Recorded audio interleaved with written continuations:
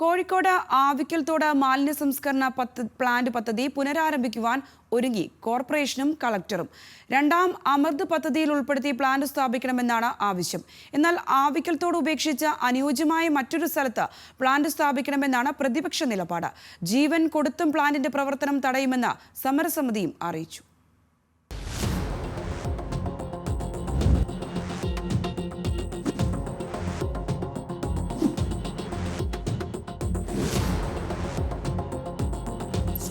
മത്സ്യത്തൊഴിലാളികൾ തിങ്ങിപ്പാർക്കുന്ന ആവിക്കൽത്തോട് പ്രദേശത്ത് ശുചിമുറി മാലിന്യ സംസ്കരണ പ്ലാന്റ് സ്ഥാപിക്കാൻ ഒരുങ്ങുകയാണ് കോഴിക്കോട് കോർപ്പറേഷൻ. 2022 ഇതേ സ്ഥലത്ത് പ്ലാന്റ് എന്ന ആവശ്യവുമായി കോർപ്പറേഷൻ മുന്നോട്ട് വന്നപ്പോൾ വലിയ സംഘർഷമുണ്ടായിരുന്നു.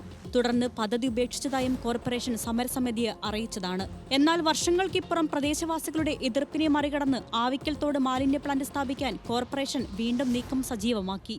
നഗരത്തിൽ ശുചിമുറി മാലിന്യ സംസ്കരണ പ്ലാന്റ് സ്ഥാപിക്കേണ്ട ആവശ്യകതയെക്കുറിച്ച് വിശദീകരിക്കാൻ കളക്ടറുടെ നേതൃത്വത്തിൽ കഴിഞ്ഞ ദിവസം യോഗം ചേർന്നിരുന്നു.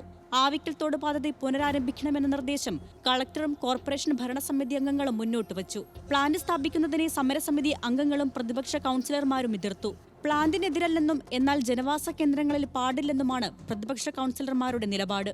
അടുത്ത യോഗത്തിൽ ഇതുമായി ബന്ധപ്പെട്ട് DPRലുള്ള ക്രമക്കേടുകളെ സംബന്ധിച്ചും അതുപോലെ PCB അനുമതിയിലുള്ള മറ്റു കാര്യങ്ങളെ സംബന്ധിച്ചും റെസിഡൻഷ്യൽ ഏരിയയും ഈ വരുന്ന പ്ലാന്റുമായി എത്ര അകലം സ്വീകരിക്കണമെന്നുള്ള കാര്യങ്ങളെ സംബന്ധിച്ചും ഒന്നും തന്നെ ഉദ്യോഗസ്ഥന്മാരുടെ ഒരു ശരിയായ മറുപടി ഉണ്ടായിട്ടില്ല. അതുകൊണ്ട് ഇത്തരം കാര്യങ്ങൾ പുനഃപരിശോധിച്ചിട്ട് തൊട്ടടുത്ത ദിവസം തന്നെ യോഗം ചേരാമെന്നാണ് കലക്ടർ ഞങ്ങളോട് പറഞ്ഞിട്ടുള്ളത്. ആവിക്കൽത്തോട് പ്ലാന്റ് സ്ഥാപിക്കാൻ ഒരുങ്ങിയ സ്ഥലത്ത് നിന്നും 5 മീറ്റർ ദൂരത്തിൽ നിരവധി വീടുകളുണ്ട്. പ്ലാന്റ് നിലവിൽ വന്നാൽ ഇവർ ദുരിതത്തിലാകും. പ്ലാന്റിന്റെ ഗുണഭോക്താക്കൾ സമ്പന്നർ മാത്രമാണെന്നും കോർപ്പറേഷൻ നിയമം ലംഘിക്കുന്നുണ്ടെന്നും സമരസമിതി നേതാക്കൾ ആരോപിച്ചു.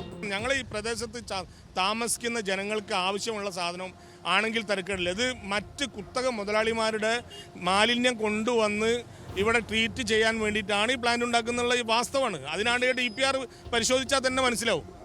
അത് ഒരു അങ്ങനത്തെ വലിയൊരു നോട്ടൊന്നും നോക്കേണ്ട ആവശ്യമില്ല. ഒരു DPR പരിശോധിച്ച് തന്നെ മനസ്സിലാകും. പ്ലാന്റ് സ്ഥാപിച്ചാൽ മാലിന്യം വെള്ളയിൽ ഹാർബറിലേക്ക് ഒഴുകിയെത്തുമെന്ന ആശങ്കയുണ്ട് മത്സ്യത്തൊഴിലാളികൾക്ക്. ജീവിതമാർഗം വഴിമുട്ടിക്കുന്ന പ്ലാന്റിനെ ഏതു വിധേനയും എതിർക്കുമെന്ന് പ്രദേശവാസികൾ പറയുന്നു. അതായത് ഓരോരോ വീടുകളും ചുറ്റുപാട്ടിലെടുത്ത് ഈ മാലിന്യ പ്ലാന്റും ഈ വീടുമായിട്ട് 10-15 മീറ്റർ മാത്രം, വെറും മീറ്ററിൻ്റെ ഉള്ളിലാണ് ഈ കാണുന്നത് ഈ പ്ലാന്റ് എടുക്കാൻ വേണ്ടി പോകുന്നത്. അത് നമ്മളെ ജീവനുള്ള കാലം വരെ ഞങ്ങൾ അനുവദിക്കില്ല എന്ന് പറഞ്ഞാൽ വരാൻ വേണ്ടി പോകുന്ന ഭാവിയിലെ കുട്ടികൾക്കെങ്കിലും ഇത് ഗുണകരമായിട്ട് നിൽക്കണം. ആ ആവശ്യങ്ങളാണ് നമ്മൾ പറയുന്നത്. പ്ലാന്റ് സ്ഥാപിക്കുന്നതുമായി ബന്ധപ്പെട്ട് കൂടുതൽ ചർച്ചകളും യോഗങ്ങളും നടത്താനാണ് കളക്ടറുടെ നിലപാട്.